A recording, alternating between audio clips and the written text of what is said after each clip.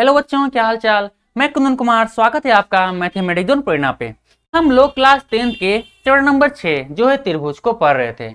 इस चैप्टर में total 24 class हो चुके हैं। यदि आप हमारे चैनल पे पहली बार आए हैं तो मैं आपको सजेस्ट करूंगा कि आप पहले उन प्रीवियस क्लास जाके एक बार जरूर देख ले, ताकि जो भी क्वेश्चन या कॉन्सेप्ट आपका इस चैप्टर में छूट गया हो वो आपका कवर अप हो जाए। इसी के साथ आज क्लास शुरू करते हैं। हम लोग जस्ट इसके पिछले क्लास में प्रश्नावली 6.4 के क्वेश्चन नंबर 1 और 2 को देख चुके थे। आज क्लास में हम उससे आगे प्रॉब्लम को देखेंगे, यानी क्वेश्चन नंबर 3 और 4 देखेंगे। तो अपना कलम कोई भी किताब निकाल लीजिए और शुरू कीजिए हमारे साथ पढ़ना। ये रहा आपका क्वेश्चन ब्लैक बोर्ड पे, सॉरी व्हाइट बोर्ड पे क्वेश्चन नंबर 3 ये रहा। हाँ ये देखिए, ये क्वेश्चन नंबर 3 क्या बोल रहा है। ये बोल रहा है हमारा कि दी गई आकृति में एक ही आधार BC पे दो त्रिभुज ABC और DBC बने हुए हैं। क्या कहा त्रिभुज देखिए तो आकृति में देखिए तो क्या बोल रहा है BC पे, इस BC जो आपको दिख रहा है BC, इस आधार पे दो त्रिभुज बना हुआ है ABC और DBC, आपको दिख रहा होगा। और यदि ADBC को O पर प्रतिच्छेद करें तो दर्शाइए कि एरिया ऑफ त्रिभुज ABC बटे एरिया ऑफ त्रिभुज DBC बराबर है AO बटे DO के। चलिए सिंपल इसमें क्वेश्चन को अच्छी आकृति बनाना था, पर आकृति पहले इसमें दे ले तो हमको क्या है, सिंपल जो दिया गया है पहले उसको हाँ जानकारी लिखेंगे, फिर जो हमको सिद्ध करना है उसको लिखेंगे, फाइनली हम आप आगे बढ़ेंगे उस क्वेश्चन में। ठीक है, चलिए शुरू करते हैं। आपको दिया गया है, दिया गया है आप जवाब पढ़ गए ना, नीचे यहां लिखते हैं, यहां पे दिखेगा ना, दिया गया है कि क्या है, दो त्रिभुज ABC और DBC दोनों एक ही आधार बना हुआ। लिखेंगे यहां पे त्रिभुज ABC तथा त्रिभुज DBC एक ही आधार पर बने हैं, बने हैं। और क्या दिया इसमें, दिया गया और दिया गया बोल रहा है कि ADBC कहां है, O पे प्रतिच्छेद कर रहा है, तो लिखेंगे ADBC को बिंदु O पर प्रतिच्छेद करता है, बिंदु O पर प्रतिच्छेद करता है, प्रतिच्छेद मतलब काटता है, प्रतिच्छेद करता है चलिए इतना जानकारी हमको दिया गया है, लिख लिए, और आकृति भी हमें दिया गया वो भी लिखा हुआ है। अब क्या है, ये दिया गया जो जितना जानकारी था उसको हम लिख चुके हैं। अब जो सिद्ध करना है उसको लिख लेते हैं कि सिद्ध दर्शाने में क्या कहा रहा है, मतलब सिद्ध का क्या करना है, हमको सिद्ध करना है। देखिए तो सिद्ध करना है, हमें क्या करना है कि एरिया ऑफ त्रिभुज ABC बराबर है एरिया ऑफ त्रिभुज क्या है ABC बटे एरिया ऑफ त्रिभुज DBC। ठीक है, इतना बराबर है किसके, AO और DO के, AO बटे DO के। ठीक है, चलिए ये हमको सिद्ध करना है। अब आगे बढ़ते हैं क्वेश्चन में। प्रमाण, अब यहां से क्या है, फाइनली हमारा क्वेश्चन सिद्ध होना स्टार्ट हो जाता है प्रमाण से। देखिए क्या बोल रहा है, ये बोल रहा है हमारा सिंपल जो जानकारी इसमें दिया गया है, नहीं सिंपल इसमें ऐसा करना पड़ेगा, शायद इसका थोड़ा सा रचना लिखना पड़ेगा इसमें, क्योंकि इसमें रचना का काम होगा, इसमें क्या है थोड़ा रचना भी करना पड़ेगा। ये डी थोड़ा अजीब दिख रहा है हमको, डी सही से लिख देते हैं। ठीक है, अब दिख रहा है सही से, हाँ DBC सही है, दिख रहा होगा। पहले क्या है, प्रमाण से पहले क्या हमको एक रचना करना पड़ेगा इस आकृति में, यहां लिखेंगे रचना, रचना मतलब कंस्ट्रक्शन करना पड़ेगा। रचना क्या करेंगे, हम लोग लंब लेंगे, सिंपल क्या लंब लेंगे, A से एक लंब लेंगे BC पे, तो यहां लिखेंगे A, यहां एक लंब लिए। ठीक है, यहां एक लंब लिए जो कि BC पे हमारा है। ठीक है, ये हमारा लंब ले लिए यहां पे। ओहो क्या मुसीबत है यार, अब दिख रहा है आपको, हाँ दिख रहा होगा। और क्या है, D से भी एक लंब लेते हैं, यहां से D से हमारा क्या है एक लंब लेते हैं, किस पे, इस BC पे। क्या है, D से भी क्या है BC पे लंब लिए। हो यार इसमें लिखना भी, आकृति पढ़ना भी कितना मुश्किल है। चलो चलिए एक लंब लिए, ठीक है, यहाँ से लेकर के यहाँ तक, इसको लंब है तो 90 डिग्री होगा, इसको भी दर्शा देते हैं, यहाँ पे 90 डिग्री है। चलिए दर्शा दिए।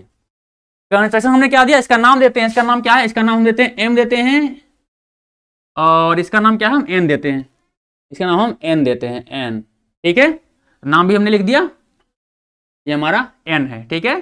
तो एम और एन यहां लिखेंगे हम कि ए एम लंब खींचे हैं किस पे, बीसी पे, बीसी पे लंब तथा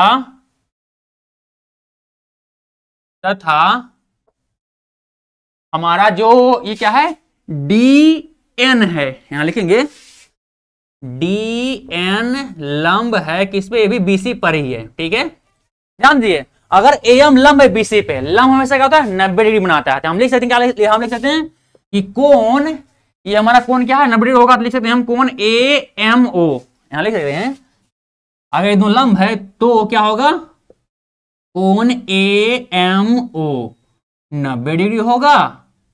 और उसी प्रकार अगर डी एन लंब है बीसी पे, तो हम कह सकते हैं, क्या कह सकते हैं कि डी एन ओ कितना होगा, 90 डिग्री होगा, यानी कहेंगे कोण डी एन ओ बराबर में क्या होगा, 90 डिग्री का होगा, क्योंकि क्या है, डी एन क्या है, लंब है बीसी पे, ठीक है। चलिए हमारा रचना से हमें इतना मिला है।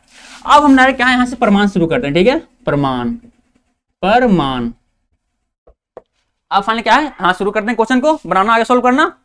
चलिए सिंपल, आपको दिख रहा होगा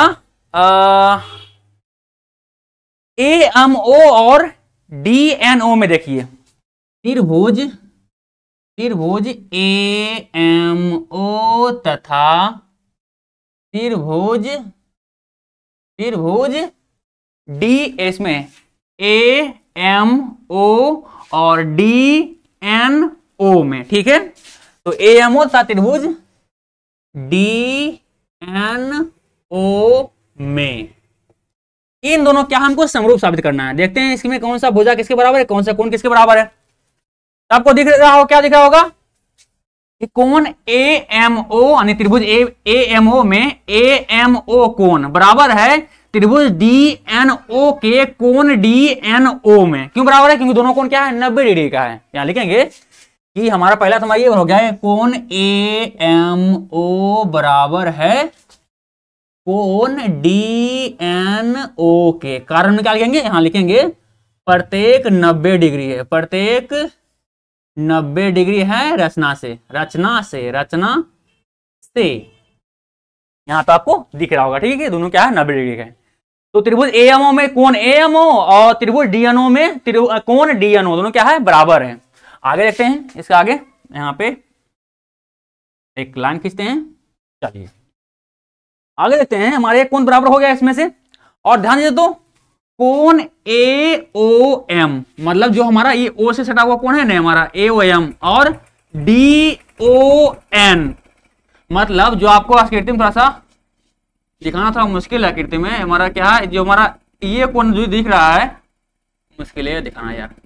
जैसे क्या है, इसको थोड़ा बाहर निकालते हैं, आपको इस आकृति क्या थोड़ा सा बाहर निकाल के दिखाते हैं ताकि आपको सही समझ में आए, ठीक है। कुछ इस प्रकार से आपका आकृति दिया गया है, इसका हम ए सी और बी डी दिया गया है, और बी सी को जोड़ दिया और ए डी को जोड़ दिया। यहाँ पे फाइनली क्या है, यहाँ पे हम लोग ए पे लंब लिए हैं जो कि हमारा एम है, यहाँ से वो लंब लिए हैं जो कि क्या है एन हमारा है। ये तो 90 है, तो 90 पता है, और ये हमारा ओ है, सही है। अब ध्यान दीजिए, क्या ये कोण बराबर होगा इस कोण के, सेम आकृति क्या है बस नीचे दो की है, ठीक है। तो क्या होगा हमारा ये कोण ये बराबर होगा इस कोण के। क्यों बराबर होगा, शेषाभिमुख कोण के, क्योंकि अभी आपको बताए थे पिछले क्लास में कि जब भी दो रेखा एक दूसरे को काटता है उसमें क्या है शेषाभिमुख कोण बनते हैं। आमने सामने वो कोण क्या कहलाता है शेषाभिमुख कोण, और आमने सामने कोण भी क्या है बराबर भी होता है, मतलब ये कोण बराबर होगा इस कोण के। क्यों बराबर होगा, क्योंकि ये शेषाभिमुख कोण है, आमने सामने का कोण है, ठीक है। तो यहां लिखेंगे हम इसी पर लिखेंगे, तो ये कोण बराबर होगा इस कोण के, मतलब कोण ए ओ एम बराबर होगा कोण डी ओ एन के, मतलब ये कोण बराबर होगा इस कोण के, क्योंकि दोनों क्या है शेषाभिमुख कोण से। यहां लिखेंगे कोण क्या है ए ओ एम बराबर होगा डी ओ एन के, कोण डी ओ एन के। क्यों बराबर होगा, यहां कारण लिखेंगे शीर्षाभिमुख कोण से, शीर्षाभिमुख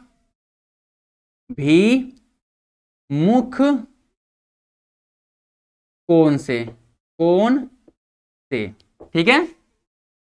मिटा दें इसको हम, बस इसी आकृति को यहाँ पे थोड़ा फैला के लिखें ताकि आपको सही से हम दर्शा पाए एंगल को, कोण को, ठीक है। मिटा दें इसको हम, मिटा दें, ठीक है। चलिए ये आकृति ऊपर बना है तो नीचे मिटाते हैं। चलिए अब देखिए आपको दो त्रिभुज में, त्रिभुज एएमओ में, त्रिभुज डीएनओ में, दोनों त्रिभुज में दो संगत कोण बराबर हो गया है। आपको ये नियम जानते हो कि जब भी किसी दो त्रिभुज में यदि दो संगत कोण बराबर है तो तीसरा संगत कोण भी अपने आप क्या है, बराबर हो जाता है। यानी मान लीजिए कोई दो त्रिभुज है, त्रिभुज ये मान लिया त्रिभुज है, कोई त्रिभुज मान लीजिए, आपको बोल रहा है कि ये कोण बराबर है इस कोण के, इस संगत कोण के, और ये कोण बराबर है इस संगत कोण के, तब यहाँ आपका ये जो तीसरा कोण है क्या है, ये भी अपने आप क्या है, बराबर हो जाएगा, ठीक है। ये नियम है। जैसे एग्जाम्पल तौर पे ये आपका 70 डिग्री है, ये आपका 80 डिग्री है, ठीक है। तो ये 70 है तो संगत कोण क्या बराबर है, तो मतलब ये भी 70 हो जाएगा, और ये 80 है तो ये भी 80 हो जाएगा हमारा फाइनली। अब देखिए आप लोग जानते हैं त्रिभुज के आंतरिक कोणों के योग कितना होता है, मतलब इस कोण, इस कोण, इस कोण, तीनों को जोड़ेंगे कितना होगा, 180 डिग्री होता है। तो सिंपल इसमें दो कोण दिया गया है, मतलब 180 में यदि दो कोण का योग घटा दें तो हमें तीसरा कोण मिल जाएगा। घटाते हैं 180 माइनस 8 7 15 मतलब 150, फाइनली कितना आ गया, 30, यानी ये कोण कितना आ गया, वो 30 आ गया, ठीक है, फाइनली 30 आ गया। उसी प्रकार इसमें देख लीजिए, इसमें भी उसे कीजिएगा, तीन कोणों का योग इतना कितना होता है, 180 डिग्री। त्रिभुज के आंतरिक कोणों का योग होता है 180 डिग्री, तो 180 डिग्री तीनों कोणों के, इस कोण, इस कोण, इस कोण, तीनों के योग कितना है, 180 डिग्री। इसमें देखिए दो कोण का योग घटा दीजिए, तीसरा कोण मिल जाएगा अपने आप आपको। तो दो कोण कितना है, 70 80 कितना है, 150, तो 150 घटा देगा फाइनली कितना मिलेगा, 30 मिलेगा। अर्थात देखिए इसका मान भी कितना है, 30 आया, इस कोण का मान भी, अर्थात देखिए ये भी 30 ये भी 30, दोनों बराबर आ गया। इसलिए बोले थे कि जब भी दो संगत कोण में यदि दो कोण बराबर है तो तीसरा कोण भी क्या है, अपने आप बराबर हो जाएगा, ठीक है। चलिए मिटा दे इसको, इस कॉन्सेप्ट समझ गए होंगे, उम्मीद करते हैं। इसका हम यहाँ पे इस्तेमाल करेंगे, ठीक है। मिटा दे, मिटा देते हैं। यहां हम लिखेंगे कि कोण जो बचा कोण है, मतलब MAO बराबर होगा आपका ये NDO के, NDO के, मतलब जो ए वाला आपको दिख रहा होगा ऊपर वाला कोण, यहाँ पे ये कोण बराबर होगा, ये कोण बराबर होगा क्या होगा, नहीं लिखा है क्या सही से, लिखेंगे हमारा ये कोण बराबर होगा किसके, इस वाले कोण से, इस वाले कोण से, ठीक है। यहाँ लिखेंगे कोण AMO बराबर होगा कोण यहाँ पे इसका नाम होगा NDO के। क्यों लिखेंगे, यहाँ पे कारण लिखेंगे कि यदि दो त्रिभुज में दो संगत कोण बराबर हो तो तीसरा संगत कोण भी बराबर, तीसरा संगत कोण भी क्या है, बराबर होता है। चलिए लिख दिया हमने, कारण भी हमने लिख दिया, ठीक है। अब देखिए इससे आपको त्रिभुज AMO और त्रिभुज DNO में दोनों में तीनों संगत कोण बराबर हो गए हैं। और आप एक नियम जानते हैं कि प्रमेय 6.3 ये कहता है कि दो त्रिभुज में तीनों संगत कोण यदि बराबर हो दोनों त्रिभुज के, तो हम ये बोलेंगे कि प्रमेय 6.3 से दोनों त्रिभुज क्या है, समरूप होगा। अर्थात लिख सकते हैं अतः त्रिभुज AMO समरूप होगा त्रिभुज DNO के, त्रिभुज DNO के। कारण में क्या लिखेंगे, कारण हम लिखेंगे प्रमेय 6.3 से, या इसे दूसरा नाम क्या है, इसे दूसरा नाम है कोण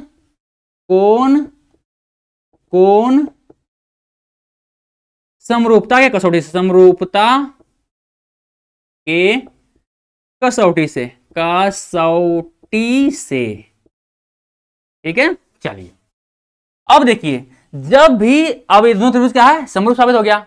आप लोग ये भी जानते हैं कि दो समरूप त्रिभुज में तीनों संगत कोण तो आपस में बराबर होता है, वे है वो तो फिक्स, उसी से तो आप समरूप साबित किए। एक और उसका प्रॉपर्टी होता है कि उसके संगत भुजाओं के अनुपात भी बराबर होते हैं। अर्थात इसको हम लिख सकते हैं कि इसके संगत भुजाओं का अनुपात क्या होगा, बराबर होगा।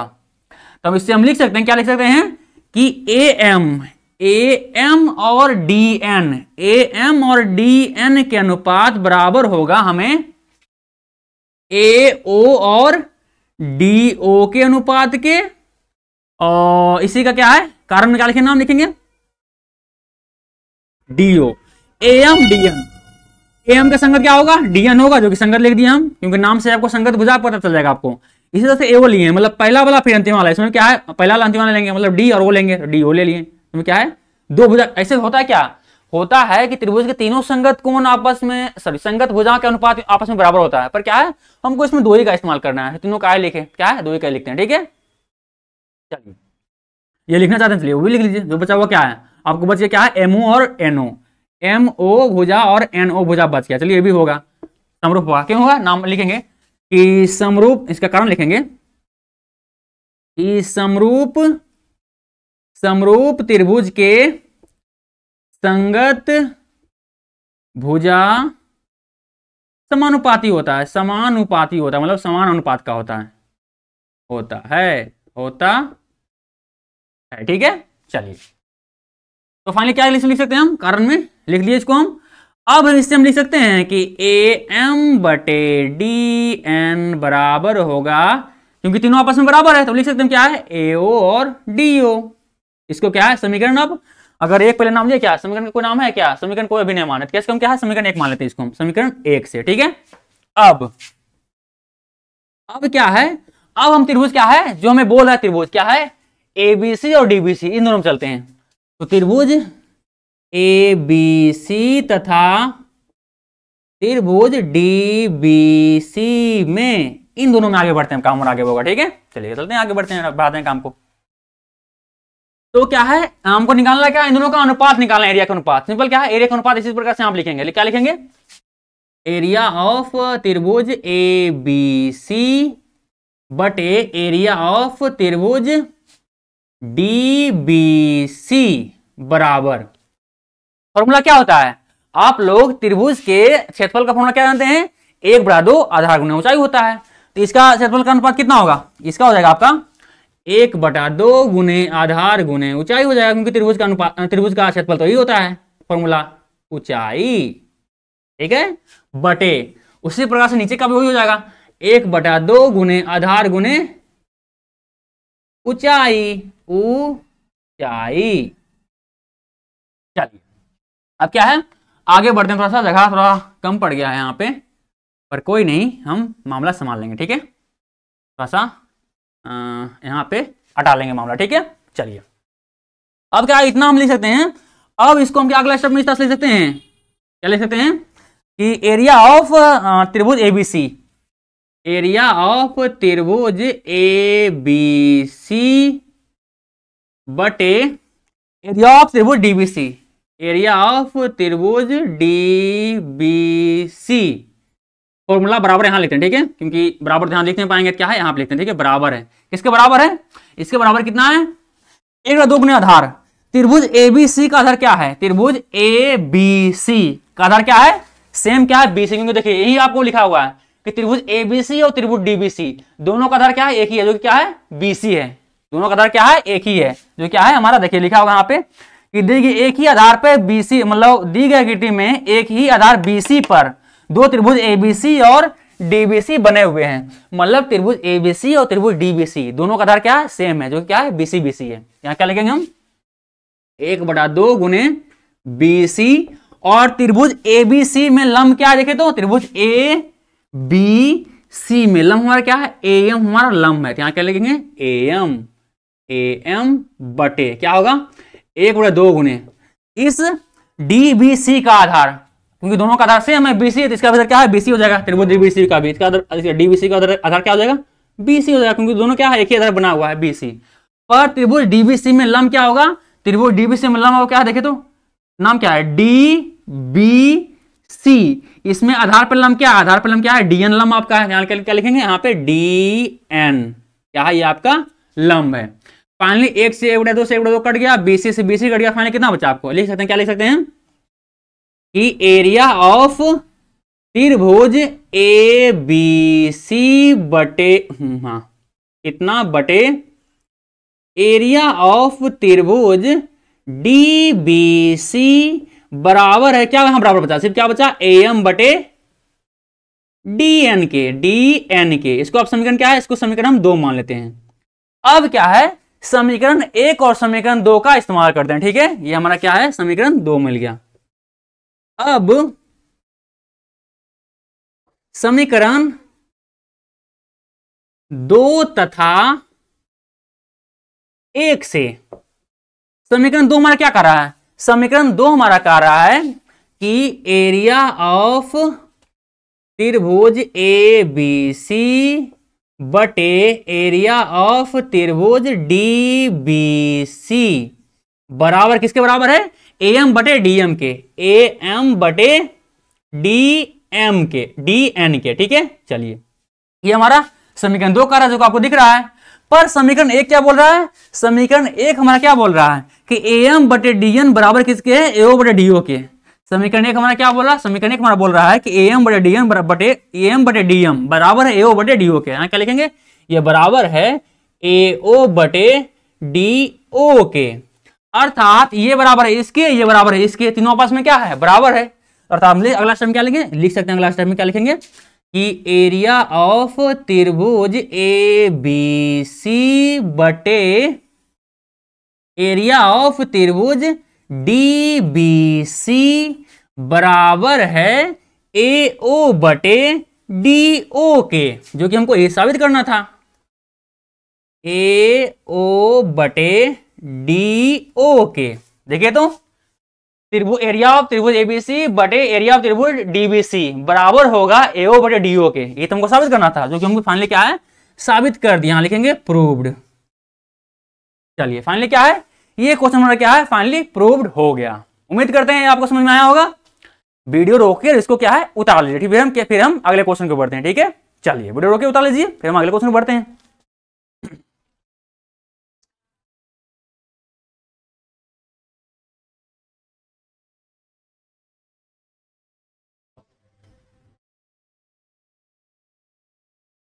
उतार लिए, उतार लिए, देखो फोटो हो जाए, फिर हम अगले क्वेश्चन को बढ़ते हैं। ठीक है, चलिए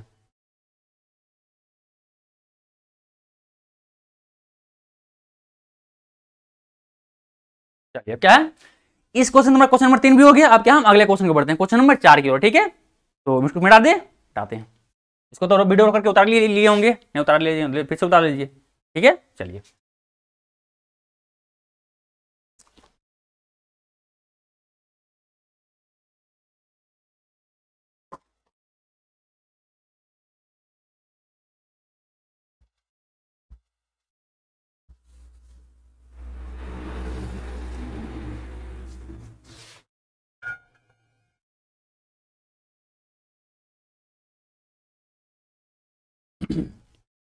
क्वेश्चन नंबर 3 तो हमारा हो चुका है। अगला नंबर क्वेश्चन देखते हैं, क्वेश्चन नंबर 4 क्या बोल रहा है।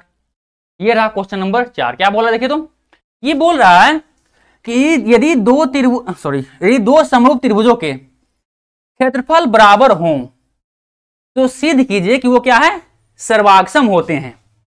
ये क्वेश्चन क्या बोल रहा है, बोल रहा है कि यदि दो त्रिभुज के समरूप है, दो त्रिभुज क्या है, समरूप है, तथा उसके क्षेत्रफल भी क्या है, बराबर है। यही बोल रहा है, दो समरूप त्रिभुज के क्षेत्रफल बराबर है तो सिद्ध कीजिए कि दो त्रिभुज क्या है, सर्वाक्षम होंगे। अर्थात दो त्रिभुज दिया गया है, उसमें क्या है, दोनों त्रिभुज के क्षेत्रफल भी बराबर है और दोनों त्रिभुज क्या है, समरूप भी है। तो आपको यह सिद्ध करना है कि दोनों त्रिभुज क्या है, सर्वाक्षम होंगे। समरूप आकृति और सर्वाक्षम आकृति में आपको अंतर समझ में आया नहीं, शायद इस चैप्टर का शुरुआत में आपको बताए थे सर्वाक्षम आकृति और समरूप आकृति में अंतर। फिलहाल थोड़ा सा क्या है, रिवाइज करवाते हैं।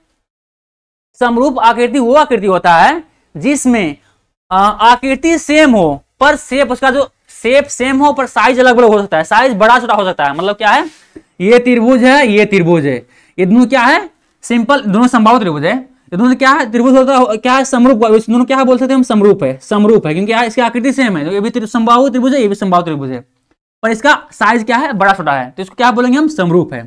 पर सर्वाक्षम आकृति क्या होता है, सर्वाक्षम आकृति होता है कि ये त्रिभुज है तो जस्ट हम इसी के बराबर, जस्ट के फोटोकॉपी, मतलब क्या, इसी के बराबर कोई और त्रिभुज होगा जिसमें क्या है, इसके बराबर सारे भुजा होगा, इसके बराबर सारे एरिया बराबर होगा, तो बोलेंगे क्या, बोलेंगे कि आकृति क्या है, सर्वाक्षम है, सर्वाक्षम है।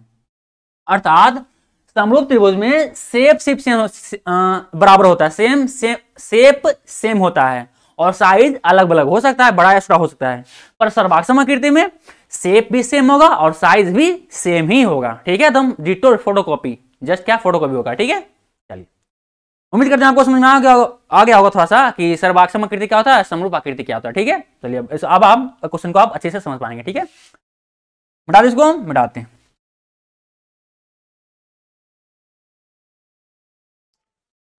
एक मिनट थोड़ा सा, चलिए सब सही है, आवाज आ रहा है। चलिए हाँ, कहाँ थे हम लोग? इस क्वेश्चन में थे।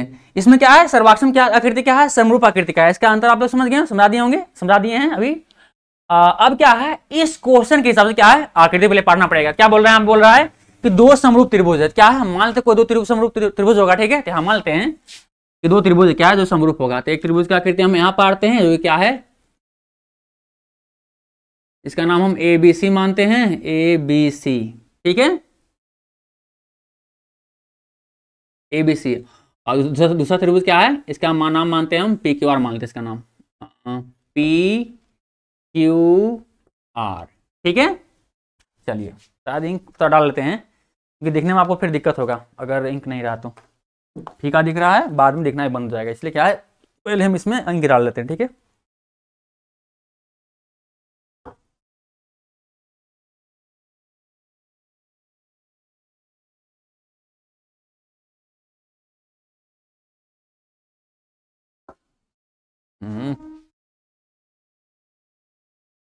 चलिए क्या है, दो त्रिभुज माने हैं, तो यहाँ लिखेंगे कि, यहाँ लिख देखते हैं कि माना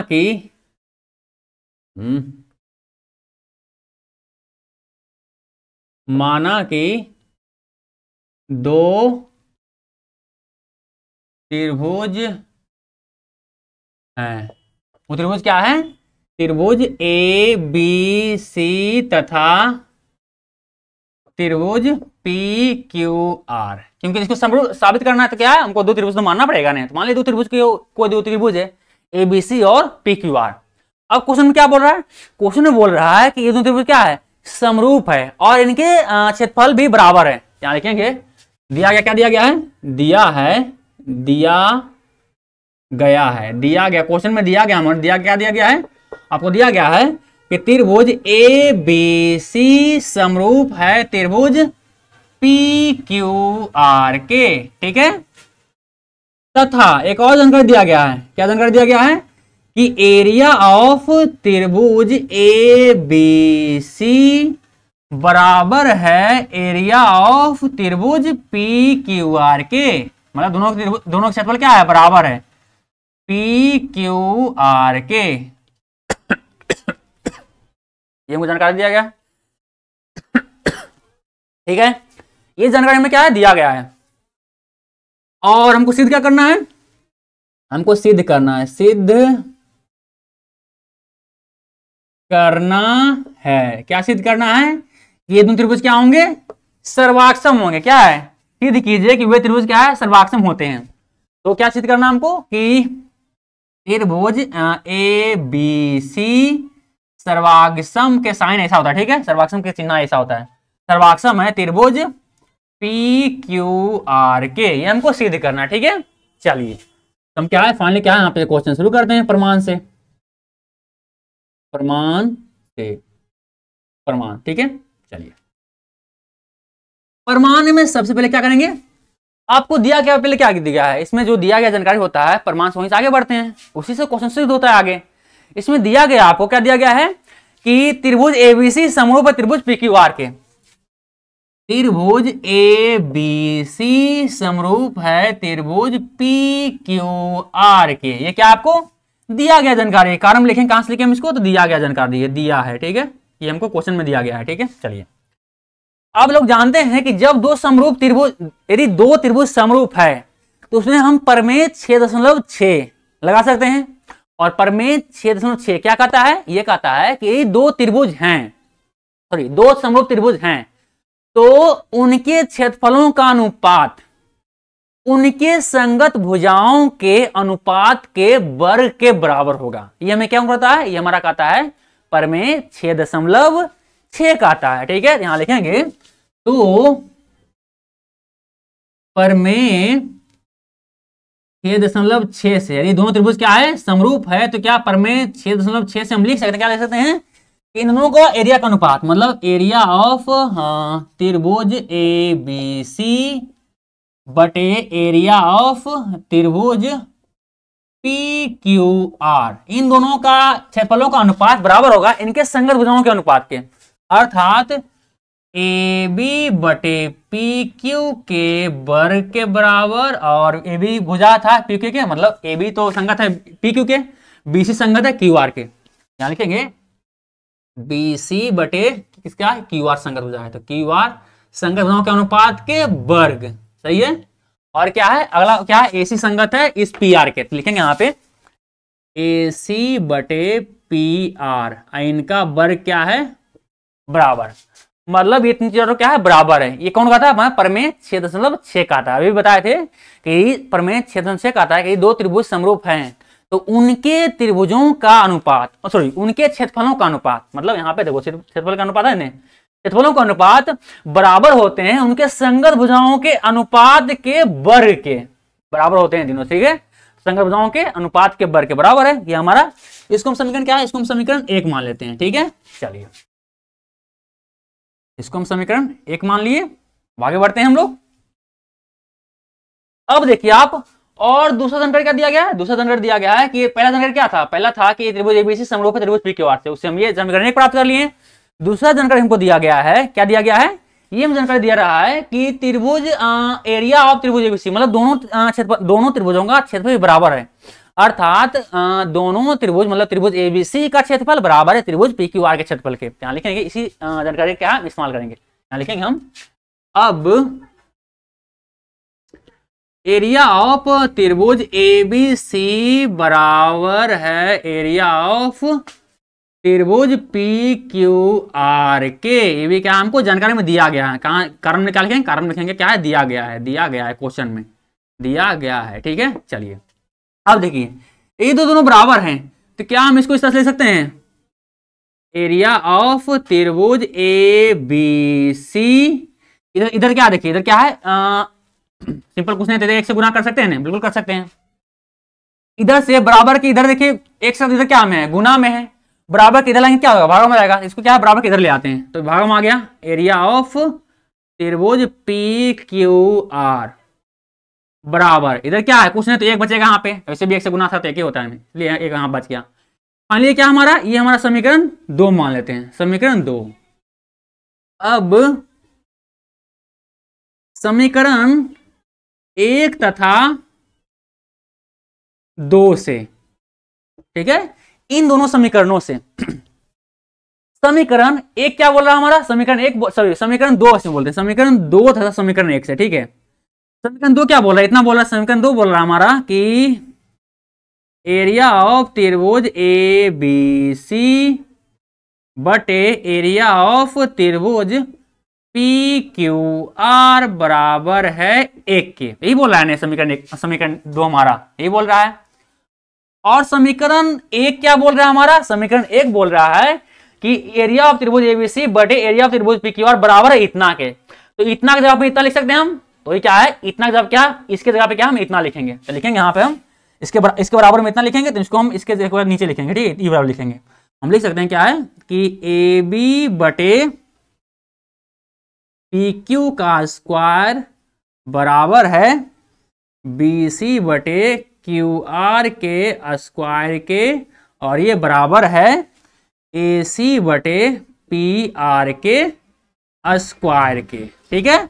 और ये बराबर फिर क्या हो जाएगा, 1 हो जाएगा, क्योंकि इतना के बराबर क्या है, ये हमारा समीकरण 1 में इतना दिया गया है, तो इसका इसी के बराबर क्या है, इतना लिख लिए, और बराबर फिर 1 यहाँ पर उतर गया, ठीक है। क्या हम अगला स्टेप में इसको इस तरह से लिख सकते हैं, क्या लिख सकते हैं कि ए बी बटे पी क्यू का स्क्वायर बराबर है बी सी बटे क्यू आर के स्क्वायर के,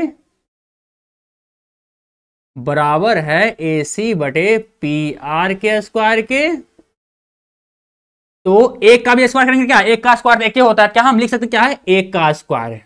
अब देखिए इसका मतलब क्या है, ये बराबर है इसके, ये बराबर है इसके, ये बराबर है इसके, अर्थात चारों आपस में क्या है, बराबर है। तो यदि इन चारों का स्क्वायर आपस में बराबर है तो इसका क्या है, इसको स्क्वायर को हटाएंगे तब भी क्या है, आपस में ये बराबर ही रहेंगे। तो लिखेंगे अगर इस चारों बराबर इस स्क्वायर में है तो ए बी बटा पी क्यू बराबर होगा बी सी बटे क्यू आर के,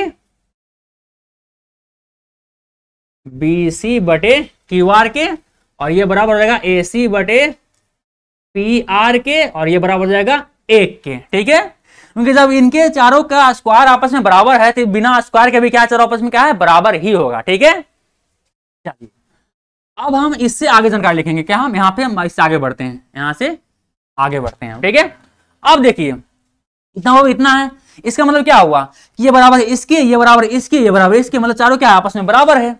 अगर चारों आपस में बराबर है तो हम इसको इस तरह से लिख सकते हैं। क्या लिख सकते हैं, अब यहां लिखेंगे कि ए बी बटे, यहां लिखेंगे अब ए बी बटे क्या है, ए बी बटे पी क्यू, ए बटे पी क्यू बराबर क्या है 1 हम लिख सकते हैं, बराबर क्या है 1 लिख सकते हैं हम, बिल्कुल, क्योंकि ए बी बटे पी क्यू बराबर 1 हम लिख सकते हैं, बिल्कुल लिख सकते हैं। तो अगला स्टेप में क्या होगा, इसको हम लिख सकते हैं कि ए बी, इधर देखिए इधर क्या है, इधर पी क्यू क्या है, भागा में, बराबर के दूसरी जगह क्या आएगा, गुना में जाएगा। ए बी 1 गुने पी क्यू हो जाएगा, फाइनली 1 से गुना होगा क्या होगा, पी क्यू रहेगा, फाइनली इसका क्या हो जाएगा, इसको हम बोल सकते क्या है, ए बी बराबर हो जाएगा पी क्यू के। ये हमारा क्या है समीकरण, अगर हम समीकरण 2 इधर मान चुके हैं 1 2, क्या है इसका समीकरण, इसका नाम क्या हो जाएगा, इसका नाम हो जाएगा हमारा समीकरण 3। उसी प्रकार से बी सी बटे क्यू आर, बी सी बटे क्यू आर यदि बराबर है 1 के तो हम बोल सकते हैं, क्या बोल सकते हैं, अगला स्टेप हमारा क्या होगा, इसको इधर करेंगे, बराबर के दूसरे भेज देंगे, इधर क्या भागा में, इधर जाके गुना में जाएगा, तो लिख सकते हैं क्या होगा, बी सी बराबर हो जाएगा कितना, 1 गुने, ये हमारा क्या है क्यू आर के, फाइनली क्या हो जाएगा हमारा ये बी सी बटे क्यू आर, ये हमारा क्या है, इसको हम समीकरण 4 लिख रहे हैं। ठीक है, इसी प्रकार से ए सी बटे पी आर बराबर 1 भी लिख सकते हैं हम, क्या लिख सकते हैं, ए सी बटे पी आर बराबर 1 लिख सकते हैं।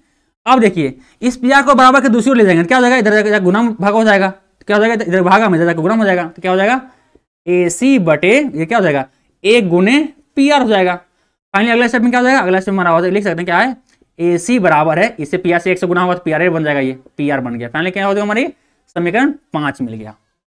अब देखिए समीकरण 3 से ए बी बराबर है पी क्यू मिल गया हमको, समीकरण 4 से बी सी बराबर है क्यू आर के मिल गया हमको, और समीकरण 5 से ए सी बराबर है पी आर के, ये मिल गया। अब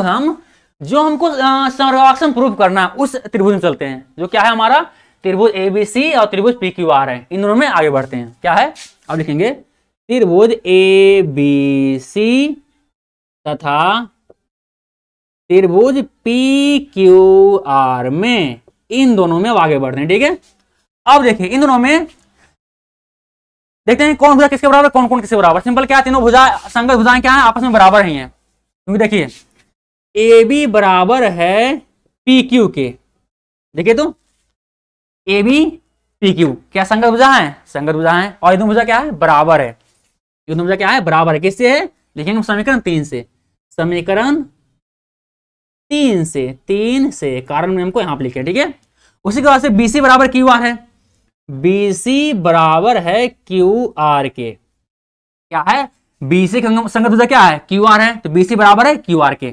मतलब संगत भुजा क्या है, बराबर है। यहां लिखेंगे किस कारण, क्या लिखेंगे समीकरण 4 से, समीकरण 4 से। ठीक है, समीकरण 4 से। और अगला क्या है, ए सी बराबर पी आर के, ए सी और पी आर बराबर है, अर्थात ए सी और पी आर क्या संगत है ने, अर्थात वो संगत भुजा भी क्या है, बराबर है, अर्थात यहां लिखेंगे कि ए सी बराबर है यहाँ पे पी आर के, जो क्या है समीकरण हमारा 5 का आ रहा है। ठीक है, समीकरण 5 से। अब देखिए जब भी दो त्रिभुज में संगत भुजा आपस में बराबर हो तो क्या है वो नियम भुजा भुजा भुजा सर्वांग समता के नियम से वो त्रिभुज क्या होगा, सर्वांग सम होंगे। ध्यान दीजिए, एक एस एस एस समरूपता का नियम भी होता है और एक एस एस एस मतलब भुजा भुजा भुजा सर्वांग समता के भी नियम होता है। सर्वांग सम एस मतलब भुजा भुजा भुजा सर्वांग समता का नियम क्या कहता है कि दो त्रिभुज में संगत भुजा आपस में बराबर होता है, जबकि समरूपता के नियम में क्या बोलता है, भुजा भुजा भुजा समरूपता का नियम बोलता है कि दो त्रिभुज के संगत भुजा के अनुपात आपस में बराबर होता है। समझ में आ रहा है?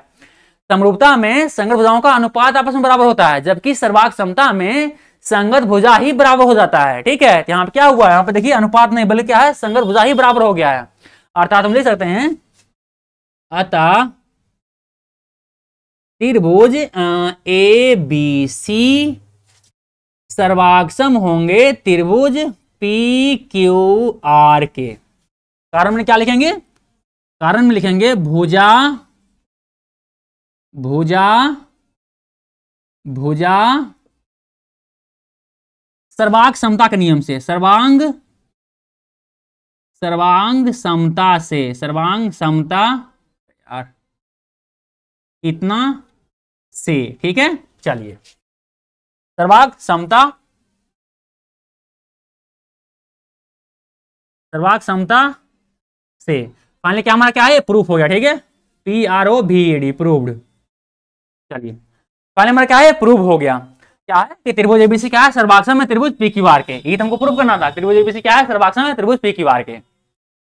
उतार लीजिए आराम से, वीडियो रोकिए आराम से इसको उतार लीजिए। ठीक है, थोड़ा सा लंबा है लेकिन आराम से देखिएगा, बैठ के उतारिएगा तो आराम से सब समझ में आएगा और सब आपको आसान लगेगा। ठीक है, चलिए वीडियो रोकिए, उसको उतार लीजिए। फिर हम शायद आज क्लास यहीं समाप्त करते हैं, अगले क्लास में आगे करेंगे। ठीक है, अगला क्वेश्चन करेंगे अगले क्लास में।